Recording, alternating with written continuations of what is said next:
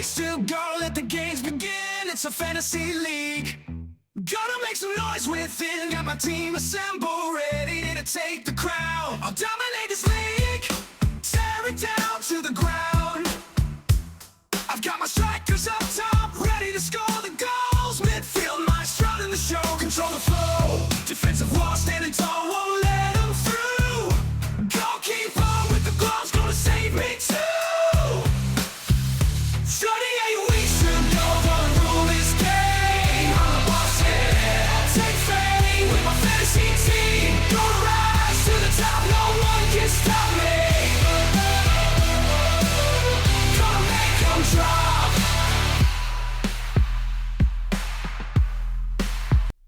Hello, everybody, and welcome to 38 Weeks to Go, your weekly podcast about fantasy football. Gameweek 5 is done. We have 33 weeks left to go.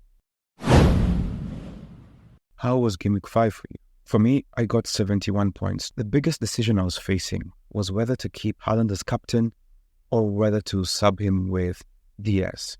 My experience with Haaland last season was that he disappears in big games and he used to burn me. But then I was like, if he can be scoring the way he is, the odds are he will score against Arsenal. So I just wanted to see if Haaland has grown. This for me is proof that he can score against anyone. He had that game against Inter in the Champions League, which wasn't encouraging. But I just said, let me just give it a go. Of course, if I had chosen Diaz, that would have been the better captain choice.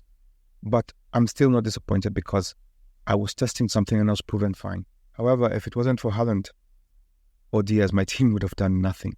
Goalkeeper gave me 4 points. My defender, Rodgers, gave me 1. Robertson and Mazraoui held me up in the back with 6 each. Fernandes got 3. Gordon got 2. Bernardo Silva got 1. Diaz got 16. And then my strike force, I'm so grateful to them. Haaland 18, Wood 8, and Watkins 6. I'm bitter because on my bench, I had Rodgers, who finally delivered, and he gave me 10 points. I was really hoping Bernardo Silva wouldn't play, but that was a pipe dream. He plays every big game. The average was 58, so I'm happy that I'm so far managing to be above average. So I'm hoping I can maintain this.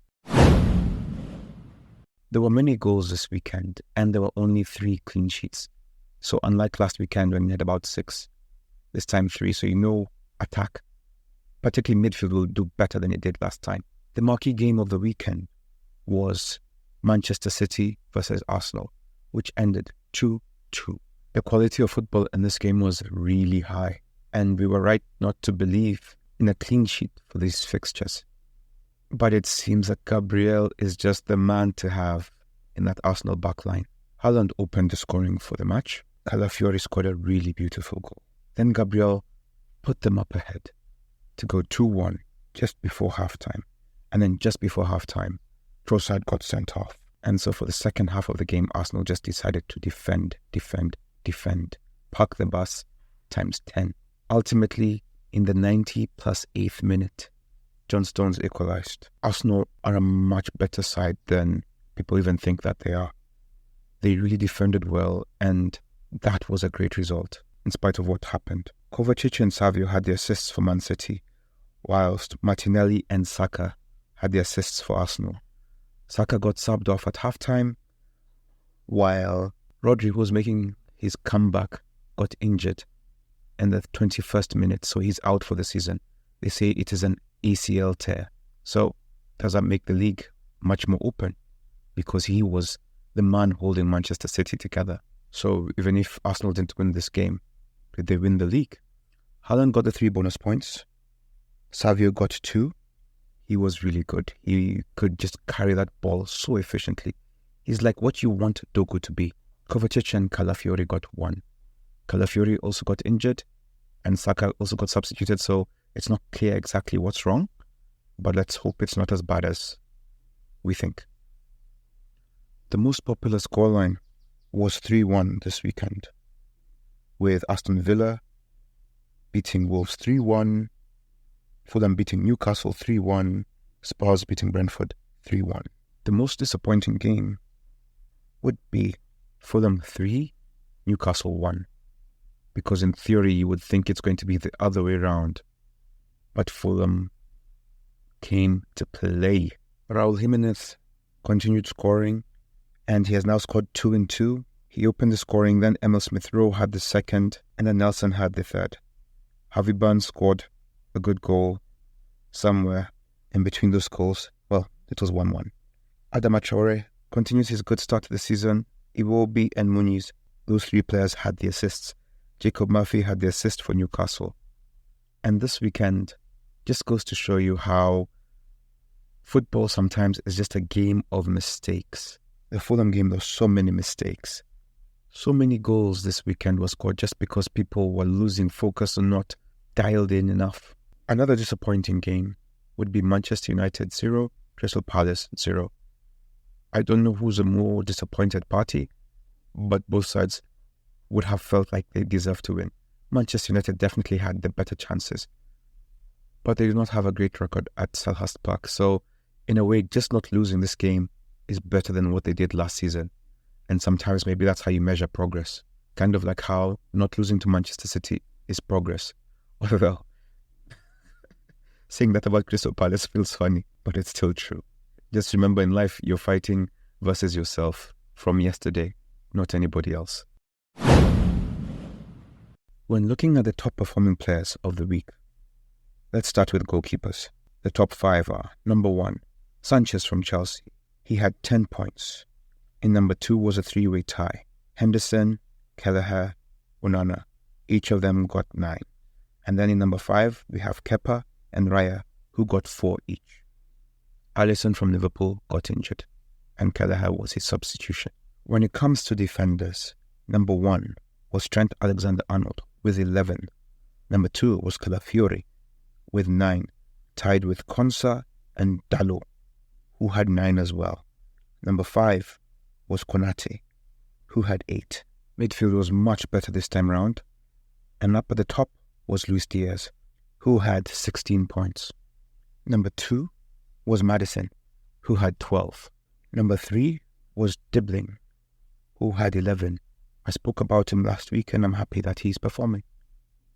From number 4 to 5, I guess, until 8, is a 4-way tie with Rodgers, Hinchelwood, Mavididi, Barnes, and Son, each getting 10 points.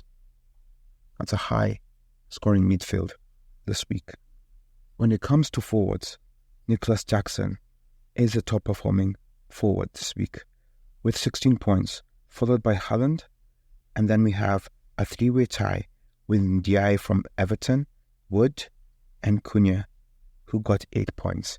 And Ndiaye was very fascinating to watch, very good with the ball at his feet, very dangerous when he's running at you. He might be somebody to look at 5.4, might be a good third-choice striker, but there are many good third-choice strikers this time round. So let's look at some stats. Brentford, for the second week in a row, have scored a goal after just 22 seconds. That is the fastest consecutive early goals ever in the Premier League history. 8 out of 9 goals have been scored coming off the bench for Jhon Duran. Talk about supersub. Bournemouth have never won at Anfield, and that continued this weekend. Nunez scored what was a really good goal, and that was his first goal since April. Jimenez scored for Fulham. It was his second goal in his second start, and this now means he has scored 9 goals in 12 starts for Fulham. Harvey Barnes has now scored for his 3rd game week in a row under Lopetegui. Somehow, they seem worse going forward and defending than they were under Moyes. And now, after 5 games, this is their worst ever start to a Premier League season. Mavididi has now scored 3 goals in 4 games. With Haaland's goal against Arsenal, it sees him score 100 goals in 105 appearances. This is a joint fastest reach to 100 goals. The other person was Cristiano Ronaldo when he was at Real Madrid.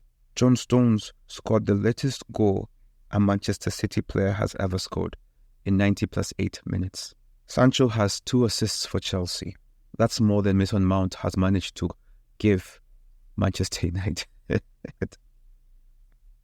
Haaland is the first player in Premier League history to get a double-digit haul in 5 games, meaning in 5 games he has 10 goals. And you guys don't have him. How do you justify this to yourselves? How do you sleep at night? Since Arteta took over, he now has 18 red cards. Burnley, who are relegated, are second with 7. Havertz and Timber from Arsenal became the first and second players to play 90 minutes and not complete a pass. Goodness. Sticking with Arsenal, Arsenal's 12.5 possession in the second half of the game against Manchester City is the lowest in a half in Premier League history. Manchester City had the most shots in a second half, 28, since Manchester City versus QPR, 34. And that is when they had the Aguero. So it shows you 28 shots at goal. It shows you how much Arsenal had to defend in that game. Saka has had an assist in each of the 5 opening games for Arsenal. The last Arsenal player to do that was Thierry Henry in the Invincible season.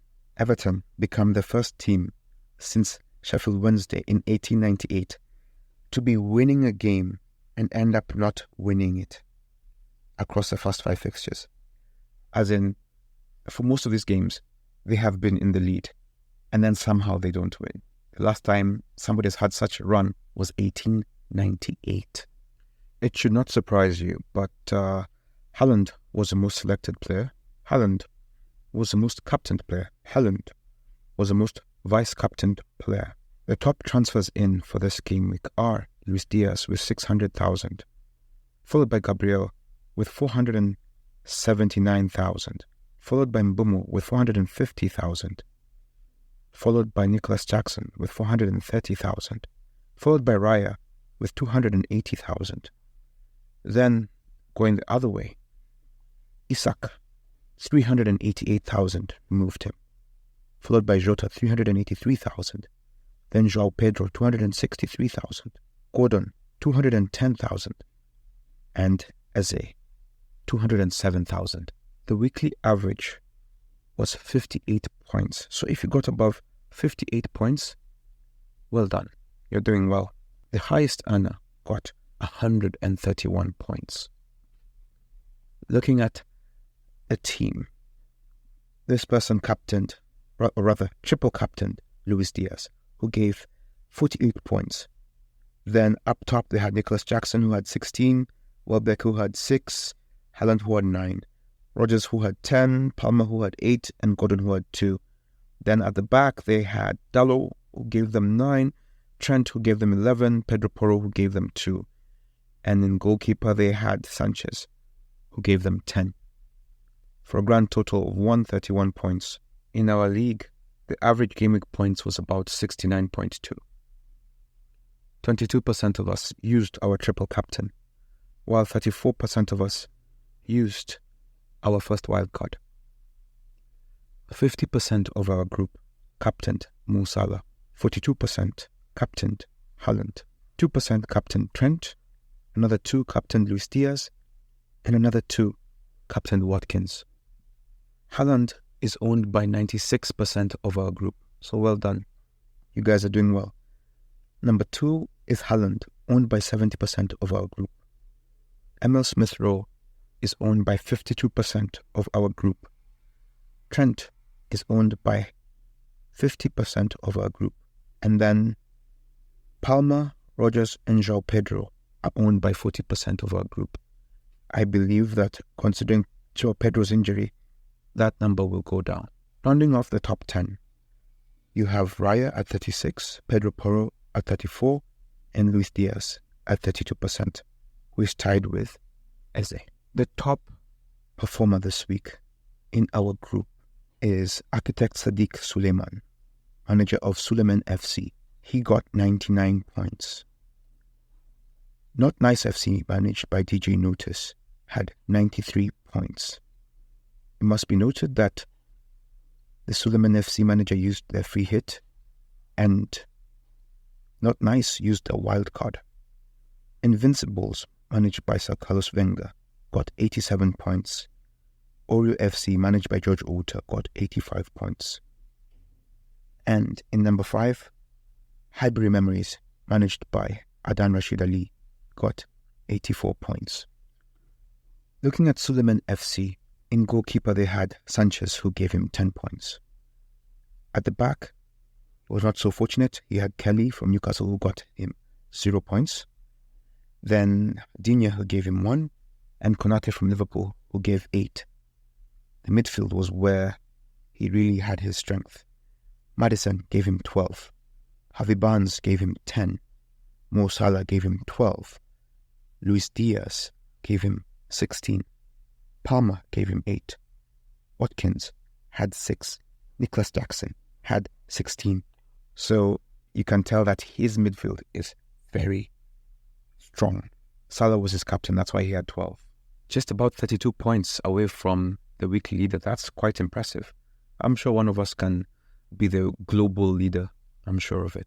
James Victor, manager of Tosh FC, got 75 points, and that is enough to maintain his lead at number 1. We have a new number 2, and that is Oreo FC, managed by George Oulter. Number 3 is Sui, managed by TK. They have 385 points. Don't Mind is number 4, manager of Don't. They have 379 points, tied with number 5, Playboy Fatty, managed by Amos Langat, 379. Below them is number 6, who is Franklin Asiema, who has 377. Arnold Midunga is number 7 with 374 points. Number 8 is Hafsa Yusuf, who has 374 points. Number 9 is Pit Stank FC, managed by Haidar Yassin, 372 points. And at number 10, we have Abdiaziz Guled, who has 371 points. So from number 1 to number 10, it's just a gap of roughly 30 points. Looking at the other end, the lowest performer of our week was Angukanayo. They got 34 points. They had Alisson Becker in goal, who got 0 because he did not play, and their bench keeper did not play. Vardiol had 1, Pedro Porro had 2, Trippier had 1, Onana had 2, Semenyo had 2, Gordon had 2, Captain Salah had 12, Haaland had 9, Isak had 2, João Pedro had 1. So as you can see, the selection isn't bad, it's just that it just didn't perform. And I guess that is what happens when you have Salah and Haaland. You have strong players, but surrounding them is quite the task. So I was just looking at the bottom of our table. And the bottom of our table is a team called Kenyans, managed by Don Clinton. Now, Don Clinton has been managing each and every game week. Don Clinton has 100 points. I think this is going to be a saga I'm going to be following, because it's a great case study as to why you shouldn't be losing points. Game week 1 was the only game week that they did not lose points, and that's only because it's like a wild card. They got 43 points. Game week 2, Don got 62 points, but lost 40 points. Game week 3, Don got 60 points and lost 40 points. Game week 4, they got 51 points, lost 32 points. Game week 5, got 40 points, lost 44 points. So they even lost more than they gained. So it was just 2 L's. So there are many approaches to fantasy, and this is the least effective one. I used to think the most inefficient way to play fantasy was to just make your team on game week 1 and leave it for the rest of the season. But if you're going to be taking as many points away from your team as this guy is doing, then I'm definitely wrong. Looking forward to game week 6, we start off with Manchester City versus Newcastle. Newcastle arguably had the most disappointing result of the weekend when they were hammered by Fulham 3-1. They were really the second best side in that matchup, and now they face Manchester City. As you can imagine, Manchester City have been the better side when they have met. They have won 4 of the last encounters and drawn 1. Newcastle have been putting up a fight, but It's just not enough. But they have been competitive in this fixture. Now, Rodgers out. So far, they've been doing well without him. I'm just wondering if his injury will ultimately cost them the title, because that's just what happened when they lost Kompany. I don't know if you remember when Kompany used to be their main defender. They couldn't do anything when he was done. I wonder if we're getting into such a phase with Rodri. De Bruyne picked up a knock, and it's not clear if he will be available for this fixture. Newcastle will be missing Wilson, Lascelles, Miley, and Botman. Haaland has been dominant, and Newcastle haven't kept a clean sheet in their last 5 matches. So I am not a betting man, but I believe City will score. Something that makes this tie more interesting is that Newcastle have been unbeaten at home for 13 matches. So will this be a draw? Bam, bam, bam. Now, if you're getting a Newcastle player, the top player should be Harvey Barnes, then Isak, then Gordon. As I look at the top scorer in this fixture, it is Bernardo Silva. I'm feeling very bad because I've just removed him from my team because he didn't perform well and I wasn't sure if he'd play in this game. But if he scores, I'll feel extra bitter because I've removed him to bring in Harvey Barnes because I thought I might as well get him before his value drops. Gordon in my team has seen his value go down along with Bruno Fernandes. So I'm worried about losing value because I also don't want to become victim to the sunken cost fallacy. If you are getting a City player, it just has to be Haaland. And then after that, probably Silva because he seems to do well against them. And then Savinho, he was great in the last game against Arsenal. He was a great buy. After Newcastle play City, they will take on Everton, Brighton, Chelsea, Arsenal and Forest. Those are not easy fixtures. And so it might be good to look into them after the Arsenal game because Brighton are looking good, Chelsea are looking good, Arsenal are looking like possible champions, and then you have Forest. City, on the other hand, look like they have the easiest fixtures ever. They have Slovan Bratislava, and then in the Premier League they have Fulham, Wolves, Southampton, Bournemouth, Brighton. Those are way easier than Newcastle's fixtures. So I can tell you Haaland is going to be a popular captain choice. Arsenal versus Leicester.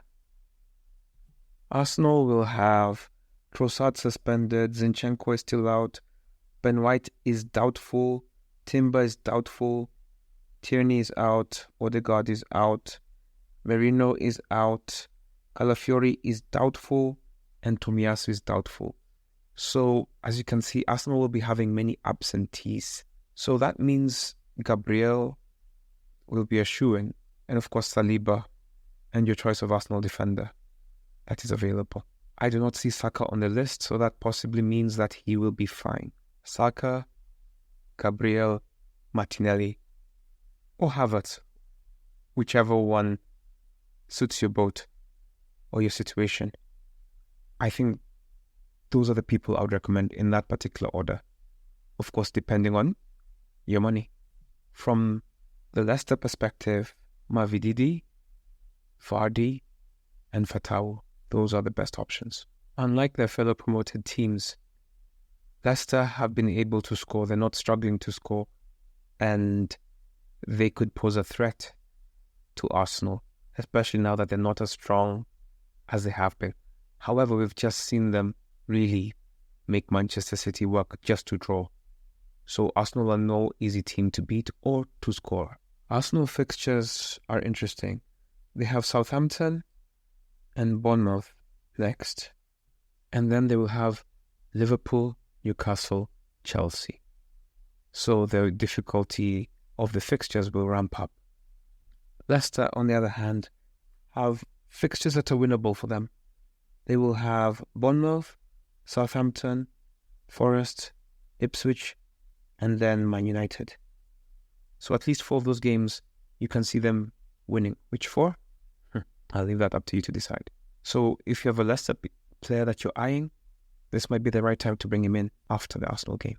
Brentford versus West Ham. Brentford have been scoring early goals of late, However, they've lost John Duran, so it means somebody has to step up to help Mbeumo. Mbeumo could have had a hat-trick the last time out, but he just wasn't there. Now they play West Ham. West Ham, it's not clear what they're doing going forward or going back. It might be a new manager trying to impose his system, but they are fragile and can be gotten at. Their fans already seem to be done with them, or rather with the manager. Right now, I can only really recommend Mbeumo. I haven't seen anything yet from other Brentford players, but who knows? Maybe Carvalho will step up, or Shadow will step up. Until we see it, we're just gambling. From the West Ham end, they seem so interesting. They've got so many options, but it's not quite clear who will do the business. But of course, you start with Bowen, then Kudus, and then a choice between Paqueta or Somerville. West Ham have Ipswich, Tottenham, Man United, Forest, and Everton. So it's a mixed bag.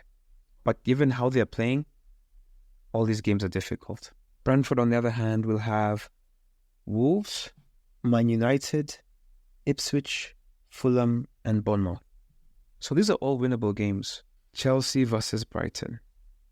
Chelsea were very impressive the last time out. They just swept West Ham away. Brighton are still unbeaten this season. They drew 2-2 with Forest to a highly contested game. Hinchelwood and Welbeck scored, and they look good. Mitoma had an assist, so I would recommend him, Welbeck, and if you're looking for somebody unknown, Hinchelwood. On the Chelsea side, it's beginning to look like you need Nicholas Jackson and Cole Palmer, and maybe not even Cole Palmer.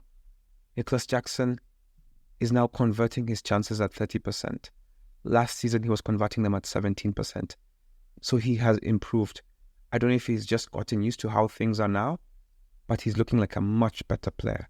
And so I would fully recommend him, especially if you're looking for that second or third choice striker after Haaland. And also, if you do not have Haaland, you should definitely have him. Not because he replaces him, but because I don't know what else you're doing with your money. Chelsea have also kept 2 clean sheets in a row, so that's quite surprising. Might be something to watch. They have good options. Colwill is 4.5. Fofana is playing as a right back. Disasi, but Fofana and Colwill are good choices. After Brighton, Chelsea will have Forest, Liverpool, Newcastle, United, and then Arsenal. Goodness, their run of fixtures is going to be very tough. So just scratch what I said about the defenders. Maybe hold off for 5 matches, unless one of them turns out to be like Gabriel and will be scoring headers. Brighton also have difficult fixtures. They have Spurs, Newcastle, then a break with Wolves, and then they have Liverpool and Man City. Wow. So Brighton players, no. Chelsea players, no. Everton versus Crystal Palace. In the last 5 matches against Crystal Palace, Everton have won 3 and drawn 2. So they are low-key the favourites in this encounter. But given how Everton have been playing, it is clear that they can go forward, that they will attack. But that doesn't mean they will win. So they will score, but they may not hold out long enough to win. Now, when you're looking at their players, I was really impressed with Ndiaye. And of course, you have Dominic Calvert-Lewin, and you have Dwight McNeil. From the Crystal Palace side, they seem to be struggling. You're probably better off getting a defender at this point. Either Henderson or whoever you fancy at the backbeat, Munoz or Lacroix or Mitchell. But if you're going forward, your best options are Mateta and Eze. They're in patchy form right now, so it's hard to pick one over the other. But Mateta has been better so far. So him, and then Eze, and a defender. Everton have a decent run of fixtures after this. They have Newcastle, Ipswich, Fulham, Southampton, West Ham. Maybe 1 or 2 of those are difficult, but if they play how they've been playing, they should be fine. Crystal Palace will have Liverpool after this, and then Forest, Spurs, Wolves, and Fulham. Only 2 difficult games, and they should get going after that. Forest drew with Brighton 2-2 last time out, and that was an entertaining game. Nottingham Forest are looking very difficult to beat. Espirito Santo has gotten them going. Very dynamic, they attack very well from the wings. They're very lively, and their squad depth is underrated, which makes it difficult to choose players because you can have Morgan Gibbs-White, but for example, not for this game because he got red carded and he won't be available for the next game. But they do this squad rotation thing where you don't quite know who's playing.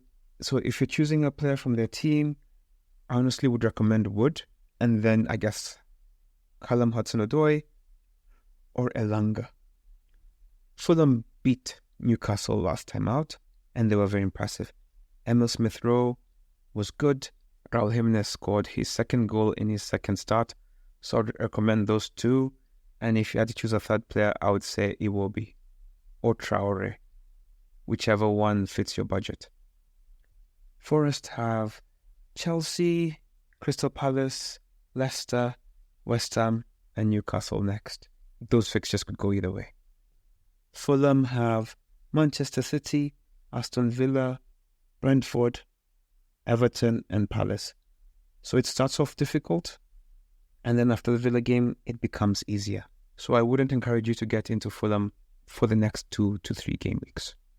Wolves have been playing very difficult games of late. They had Newcastle, they had Brighton, they had Villa, now they have Liverpool. They have lost all of those games. Now they have Liverpool, which they should lose again.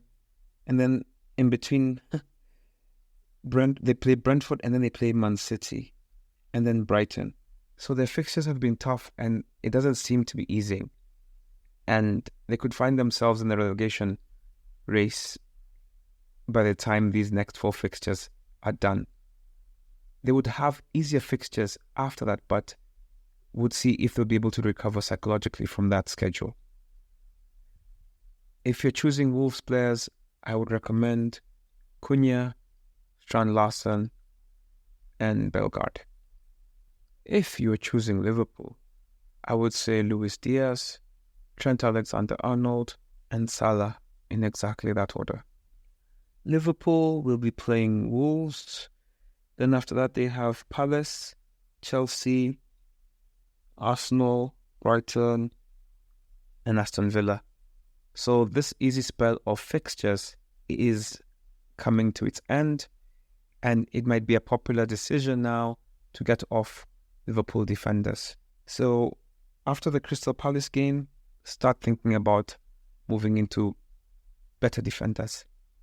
And by better, I just mean teams with easier fixtures. And then we will have Ipswich versus Aston Villa. Ipswich scored a last-minute equaliser in the last time they were out. Morsi scored a deflected goal that broke the hearts of Southampton, who were the better team in that fixture. They're playing Aston Villa, who do not know how to give up. They have been giving some great comeback performances, led by Jhon Duran, who scores anytime he comes off the bench, it seems. So for this game, it's quite easy. Jhon Duran, Watkins, Tielemans. They aren't quite good at keeping clean sheets right now, so I would encourage you to look upfield for solutions from their team. Morgan Rodgers has woken up. He had 10 points the last time out, and he might be picking up form, so he would be worth taking a risk on, especially in this fixture. For Ipswich, you have Delap. I would say Morsi because he just scored, and probably Leif Davis. After this match, Ipswich will have West Ham, Everton, Brentford, Leicester, and Spurs.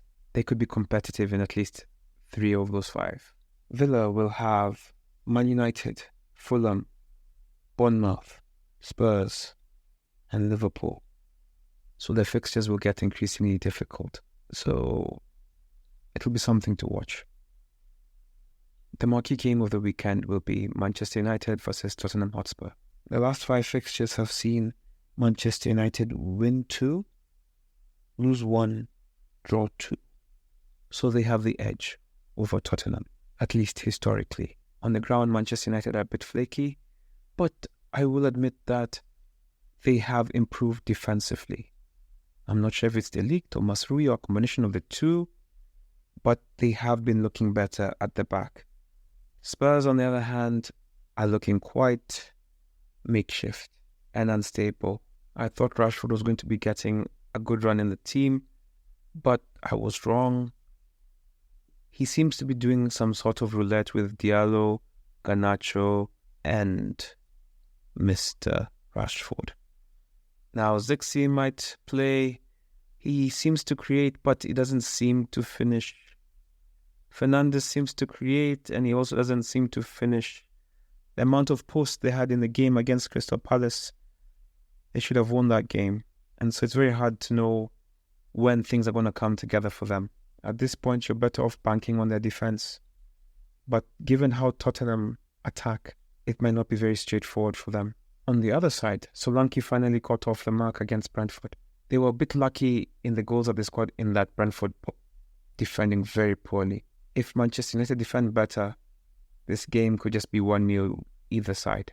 From the Spurs, I would recommend Son, Solanke, Maddison. Maybe Son, Maddison, Solanke in that order. Or Maddison, Solanke. No, Maddison, Son, Solanke. Because Maddison was very creative. And people wasted Son. So those two, yeah. And if you're that person who believes in their back, then you definitely already have Pedro Porro, so I'm not going to talk you out of him. Or you already have Romero. Europa League fixtures begin this week. And if your team has a Europa League fixture, they're probably playing midweek. There's also the EFL Cup. So your best place to make your team decisions after Thursday or on Thursday. In the Premier League, Man United have Spurs, Villa, Brentford, West Ham, and Chelsea.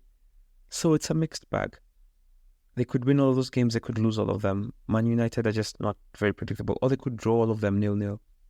Spurs will have Brighton, West Ham, Crystal Palace, Villa, and Ipswich. Those are all winnable games. The last game of the game week will see Bournemouth take on Southampton on Monday. Bournemouth haven't scored in the last 2 games, so they will be looking to correct that against Southampton. Southampton also looking to make their mark, and this seems like a fixture they'll be eyeing. Semenyo is their best bet. And then you followed by Tavernier and then Evan Nilsson. Those are the Bournemouth players I'd pick in that order. From Southampton, Dibbling is the first player I'd take from that team. He has good feet, he runs well, and he will cause trouble. Archer also seems to find himself in good positions, but he just wastes chances. So I'd go Dibbling, Archer, and then, well, that's it. You can't be choosing 3 players from that team. Those are the only 2 I feel comfortable recommending.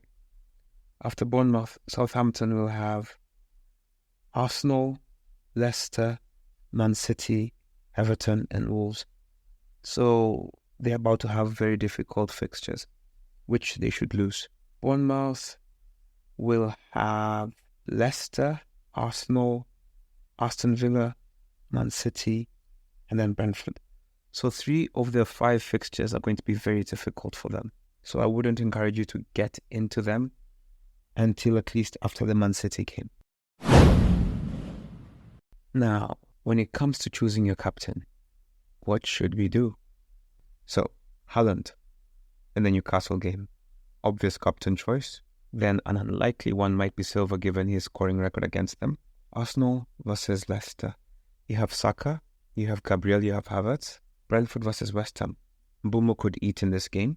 Chelsea versus Brighton. Nicholas Jackson, Mitoma, Welbeck. Everton, Crystal Palace. Ooh, that's a tough one. No, I wouldn't get into that. Nottingham Forest versus Fulham. Jimenez and Wood could be good captain choices. Liverpool, Luis Diaz, or Salah. Aston Villa game versus Ipswich. You have Watkins And if you're feeling very brave, Jhon Duran. Man United versus Spurs, I wouldn't really be rushing to that game for a captain. Yeah, and those are the most likely captain choices that I could recommend. I was chatting with my brother recently, and he said something very interesting. He says that he triple captains himself. And as this week goes on, I think we would all do a little better if we triple captained ourselves in life. So go out there and be brave. And we will see you on the pitch. Have a great remainder of your week. Bye.